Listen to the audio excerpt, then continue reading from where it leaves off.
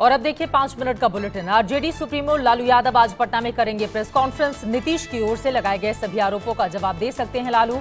सोमवार को नीतीश ने लालू के बारे में कहा था कि वो जन नेता नहीं, जाति के नेता हैं। लालू के साथ छूटते ही नीतीश ने बड़ा प्रशासनिक फेरबदल भी किया। 28 आईएएस और 44 आईपीएस अफसरों का तबादला। तेज तर्रार आईएएस के पाठक को लगाया बालू और गिट्टी माफिया के खिलाफ। 6 जिलों के डीएम बदले गए और कई जिलों के एसपी।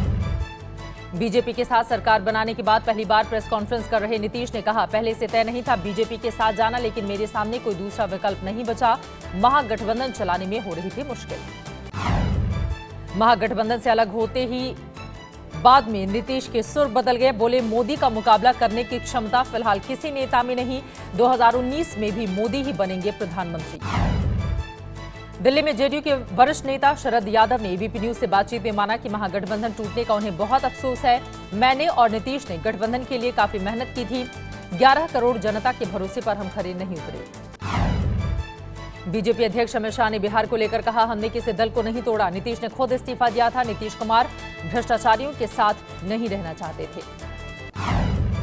तमिलनाडु की सत्ता पर काबिज एआईएडीएमके जल्द ही एनडीए में शामिल होगी। देश के लोकसभा में सांसदों के लिहाज से बीजेपी और कांग्रेस के बाद सबसे बड़ी पार्टी है। एआईएडीएमके के लोकसभा में 37 सांसद हैं, राज्यसभा में 13 और इस तरह से कुल हो गए 50 सांसद। 12 से 21 अगस्त के बीच कभी भी हो सकता है मोदी मंत्रिमंडल का विस्तार। 12 नए मंत्री बनाए जा सकते हैं। 9 बीजेपी और 3 सहयोगी दलों के मंत्री हो सकते हैं। 2 मौजूदा मंत्रियों को मिल सकता है प्रमोशन। मुश्किल दौर से गुजर रही कांग्रेस को शरद पवार की पार्टी एनसीपी से बड़ी राहत। गुजरात में अहमद पटेल के लिए वोट करेंगे एनसीपी के दोनों विधायक। बेंगलुरु के इग्लिटन रिजॉर्ट में सोमवार रात केक लेकर गई एक गाड़ी। जानकारी के मुताबिक एक विधायक के बेटे के बर्थडे सेलिब्रेशन के लिए मंगाया गया था केक। पिछड़ा वर्ग आयोग को संवैधानिक दर्जा दिलाने के लिए संशोधन बिल पास कराने में नाकाम रही मोदी सरकार। एनडीए के 6 मंत्री और 30 सांसदों की गैर मौजूदगी के चलते राज्यसभा से पास नहीं हो पाया बिल।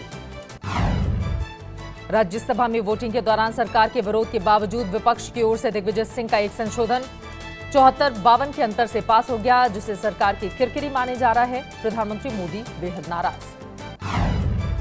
राहुल गांधी आज लखनऊ पहुंचेंगे। अंबेडकर नगर में एनएच के निर्माण के लिए किसानों के घर गिराए जाने के मुद्दे पर एनएचएआई के दफ्तर जाकर किसानों को सही मुआवजा दिए जाने की रखेंगे मांग। राजबब्बर में भी रविवार को दिया था धरना।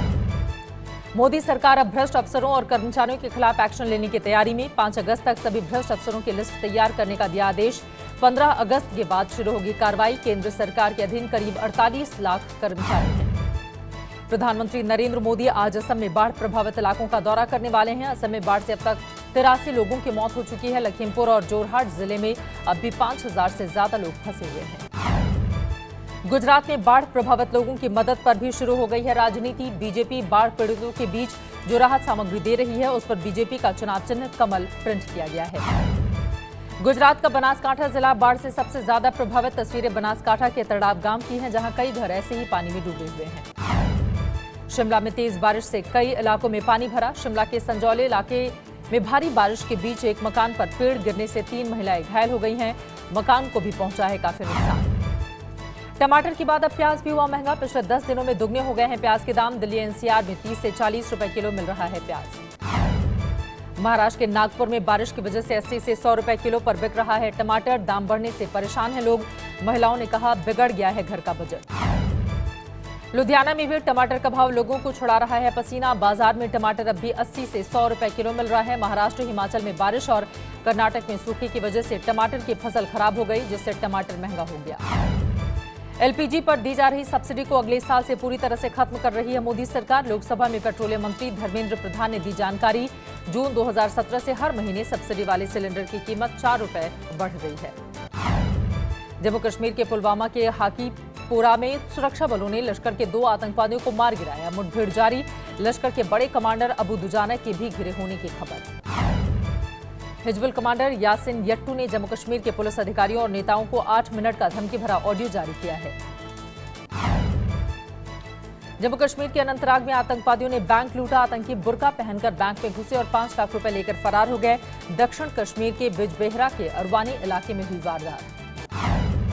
उत्तराखंड के बाराहोती सीमा पर चीनी सैनिकों की घुसपैठ की खबर गलत, सरकार ने किया इनकार। 25 तारीख को देखे जाने की बात आई थी सामने।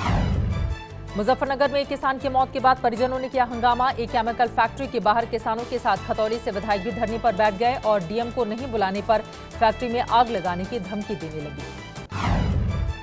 यूपी में शिक्षा मित्रों का प्रदर्शन सोमवार को छठे दिन भी जारी रहा। इलाहाबाद में सैकड़ों शिक्षा मित्रों ने सर्व शिक्षा अभियान के दफ्तर पर प्रदर्शन किया, केंद्र और योगी सरकार के खिलाफ नारेबाजी की। दिल्ली एनसीआर सहित आसपास के इलाकों में महिलाओं के बाल काटने की घटना को लेकर लोगों में दहशत। बाल काटने की घटना यूपी के मथुरा तक घट रही है। स्थानीय लोगों के मुताबिक चुड़ैल महिलाओं के बाल काटकर फरार हो जाती है। मुंबई की नगरपालिका बीएमसी की स्थापना के 1 अगस्त को यानी कि आज 125 साल पूरे हो गए। इस मौके पर बीएमसी के बिल्डिंग को अलग अलग लाइटिंग से सजाया गया है। डिस्को लाइट से लेकर तिरंगे तक का मेल है। 8 करोड़ रुपए खर्च हुए हैं। मध्य प्रदेश के सतना पहुंचे सीएम शिवराज सिंह चौहान के हेलीकॉप्टर उतरने की जगह पर आया एक सुअर, जिसे भगाने के लिए सुरक्षा कर्मियों को उसके पीछे दौड़ना पड़ा। हेलीकॉप्टर लैंड कराने में 10 मिनट की देरी हुई। मुंबई के गिरगांव चौपाटी के पास एक पुलिस की वैन और कस्टम विभाग की गाड़ी में टक्कर। कस्टम विभाग की गाड़ी में सवार 2 अधिकारी गंभीर रूप से घायल। दिल्ली पुलिस ने एक शातिर ठग को किया गिरफ्तार। देवेंद्र नाम का ठग अपनी लग्जरी गाड़ियों की चोरी की एफआईआर दर्ज करवाता था, फिर इंश्योरेंस कंपनी से दावा कर पैसे ले लेता था। ठग के पास से बीएमडब्ल्यू, वॉक्सवैगन, पोलो की कारें बरामद की गई। दिल्ली में त्यागराज स्टेडियम के बाहर बदमाशों ने चाकू मारकर एक महिला की हत्या की। महिला अपने 5 बच्चों के साथ कोटा मुबारकपुर के बापू पार्क में रहती थी। यूपी के गोंडा जिले के गायत्रीपुर इलाके में गुंडों ने एक प्ले स्कूल में तोड़फोड़ और स्टाफ के साथ मारपीट की। मामला जमीन के कब्जे का है। विवादित जमीन पर वेद प्रकाश मिश्र प्ले स्कूल चलाते हैं।